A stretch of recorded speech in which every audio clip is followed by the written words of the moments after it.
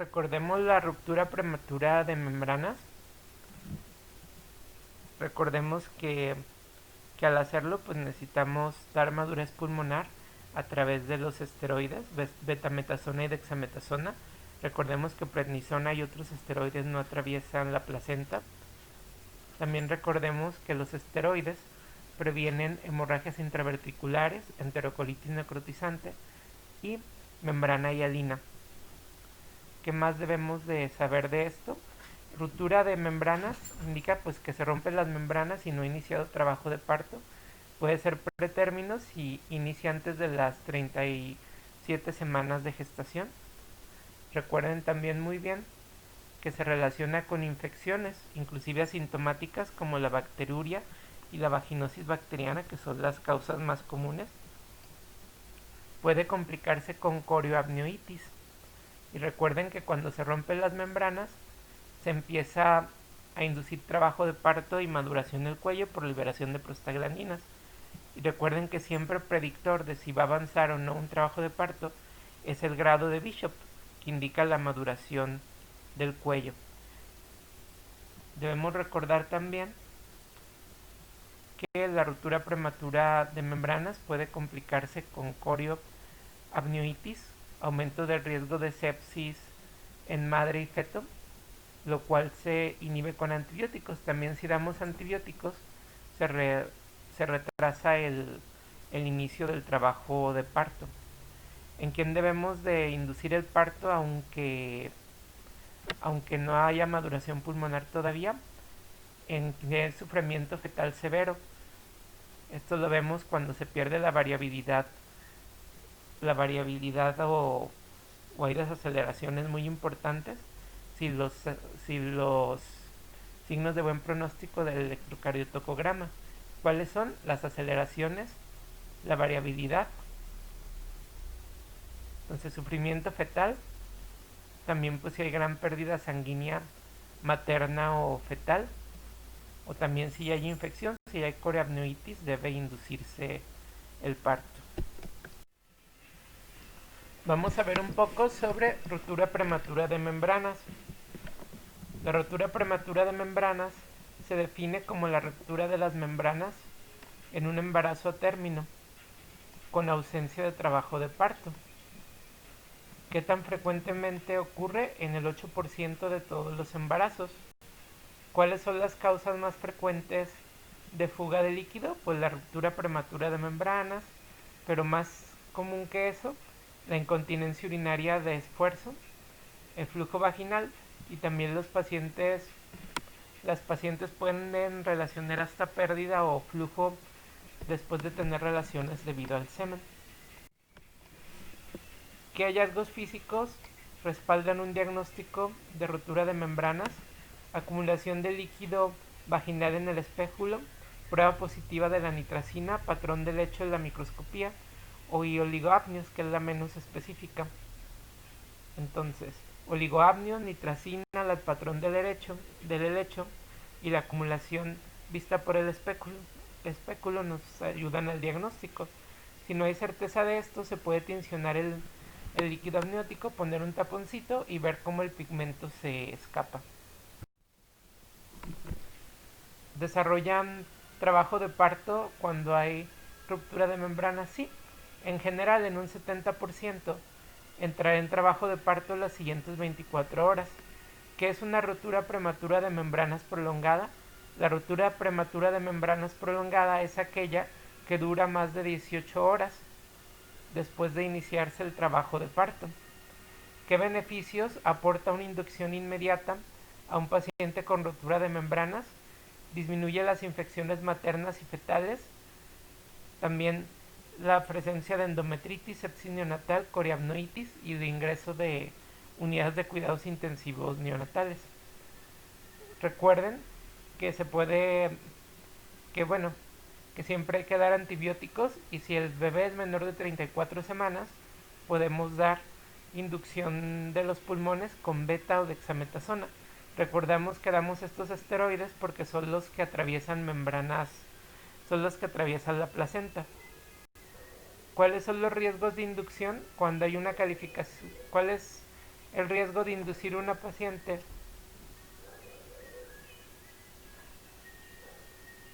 ¿Cuáles son los riesgos de inducción?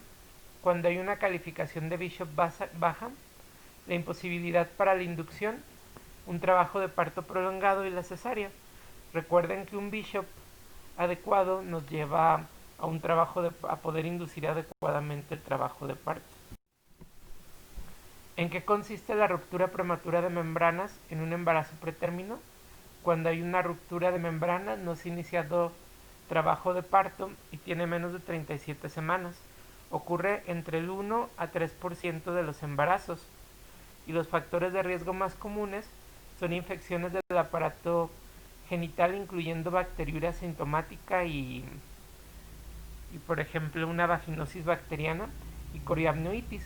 Recuerden que muchas de las cosas asintomáticas en el embarazo se tratan. Por ejemplo, la vaginosis bacteriana asintomática se trata porque puede causar ruptura prematura o parto pretérmino. También la vaginosis asintomática y la bacteriuria asintomática. Y también, por ejemplo, en el caso de que hay un hipotiroidismo subclínico, siempre debe de tratarse. ¿Cuáles son los factores de riesgo para ruptura prematura de membranas? La placenta previa, el tabaquismo, la incontinencia cervicuterina, gestaciones múltiples, polidrapnios, hemorragia postparto y antecedente de ruptura prematura de membranas. Recordemos que la placenta previa es aquella que se presenta cercana o que obstruye el orificio cervical interno. Y la incompetencia cervicuterina es la primera causa de abortos tardíos después de 12 semanas y produce abortos de repetición y el tratamiento es el cerclaje. Antes del parto, ¿qué complicaciones puede tener la ruptura prematura de membranas en un prematuro? La infección intrauterina entre un 13 y 60%, el desprendimiento placentario entre un 4 y 12%, prolapso del cordón umbilical en 1 o 2% y un parto precipitado. ¿Cómo debe manejarse una ruptura prematura después de 34 semanas? Nacimiento inmediato. Si fuera antes de 34, podríamos dar esteroides antes de inducir el parto. Sin embargo, si ya hay una ruptura y hubiera infección o ya hay coriamnoitis, pues se debe de inducir el parto. Recuerden estas complicaciones de una ruptura prematura en un paciente pretérmino: infección intrauterina, desprendimiento placentario, prolapso de cordón y un parto precipitado. Y el parto precipitado, recuerden que puede tener hemorragias por desgarros. ¿Cuáles son las pruebas para ver la maduración pulmonar? Aunque existen pruebas por ultrasonido, también utilizamos el índice lecitina-esfingomelina, el fosfatidilglicerol, la polarización por frecuencia y el conteo de cuerpos laminares, que se puede hacer por métodos directos o por un conteo similar al que se hace en la biometría hemática. ¿Sí? Entonces, las pruebas de maduración pulmonar: índice de lecitina-esfingomielina, fosfatidilglicerol, conteo de cuerpos laminares. Y recuerden, este índice esfingomielina, cuando es mayor de 2, indica una maduración. ¿Qué desventaja tienen estos? Que casi todos necesitan una amniocentesis. Y recuerden que la amniocentesis puede tener complicaciones. ¿Qué es el surfactante pulmonar? Es un fosfolípido que sintetiza los neumocitos tipo 2 y reduce la tensión superficial en los alvéolos. ¿Qué pasa si hay mucha tensión superficial en los alvéolos? Tienden a unirse y se colapsan. ¿En qué momento se aplica la dexametasona y betametasona? En bebés entre 24 y 34 semanas. Antes de las 24 pues no induce todavía, y después de las 34 en general ya debería de haber madurez pulmonar. Sin embargo, se ha visto que a veces puede haber inmadurez pulmonar inclusive en pacientes a término, aunque es raro. Además del síndrome de dificultad respiratoria o membrana hialina, ¿qué riesgos tiene la prematurez? Que pueden ser tratados con esteroides, hemorragia interventricular, enterocolitis necrotizante y la mortalidad neonatal. Por eso son tan importantes los esteroides, maduración pulmonar, hemorragia intraventricular, enterocolitis necrotizante y mortalidad neonatal. Recordemos esta enterocolitis necrotizante cuando se da gran cantidad de líquido, por ejemplo con leche no materna, y es siempre en los primeros días, ¿sí? Y esta hemorragia interventricular que puede causar gran discapacidad. ¿Cuál es la ventana en que aporta mayor beneficio los esteroides? 24 horas entre 24 horas y 7 días después de su aplicación es cuando mejor funciona. Recuerden que generalmente damos un plazo de 48 horas para que funcionen estos esteroides, la dexa y la beta. ¿Qué efecto tiene una profilaxis antibiótica en el caso de una ruptura de membranas? Va a disminuir incidencia de infección materna y fetal y prolonga el periodo de latencia entre ruptura de membranas y el inicio del trabajo de parto. ¿Por qué? Porque recuerden que todo lo que causa inflamación libera citoquinas, incluyendo las prostaglandinas, y las prostaglandinas son maduradoras del cuello uterino. De hecho, recuerden la dinoprostona. ¿Qué antibióticos se aplican por lo general en ruptura prematura de membranas? Generalmente pueden ser macrólidos y penicilinas. Macrólidos como el aclaritro y ampicilina. La ruptura prematura de membranas, ¿en qué caso requiere que induzcamos el parto, realicemos cesárea de urgencia, a pesar de que no haya madurez pulmonar? Si está avanzada la fase del trabajo de parto, pues no tiene mucho sentido. El desprendimiento placentario, porque es una urgencia. Siempre que hay infección intrauterina, pues el bebé también debe de ser extraído, porque puede causar muchas complicaciones, inclusive sepsis, tanto materna como fetal. También cuando tenemos pruebas de una condición inadecuada del feto, que es cuando hacemos un electrocardiotocograma, pues vamos a ver desaceleraciones, vamos a ver poca variabilidad o nula variabilidad. También podríamos ver bradicardias, un compromiso del feto, como en caso de prolapso del cordón u oligoapneus intenso.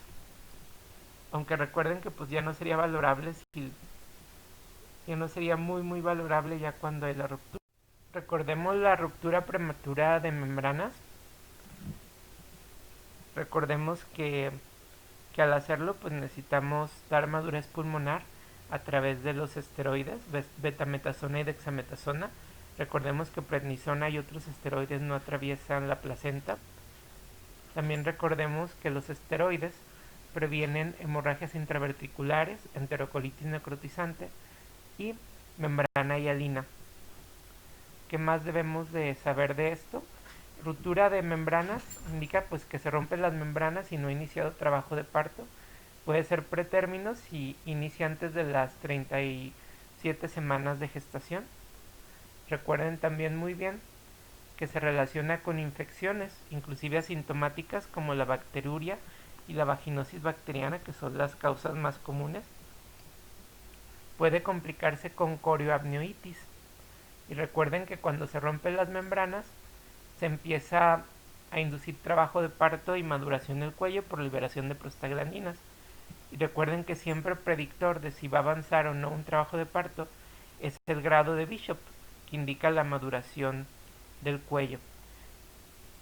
Debemos recordar también que la ruptura prematura de membranas puede complicarse con corioamnionitis, aumento del riesgo de sepsis en madre y feto, lo cual se inhibe con antibióticos. También si damos antibióticos se retrasa el inicio del trabajo de parto. ¿En quién debemos de inducir el parto aunque no haya maduración pulmonar todavía? En el sufrimiento fetal severo.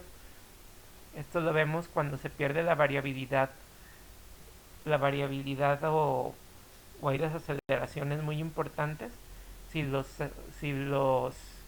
signos de buen pronóstico del electrocardiotocograma, ¿cuáles son? Las aceleraciones, la variabilidad.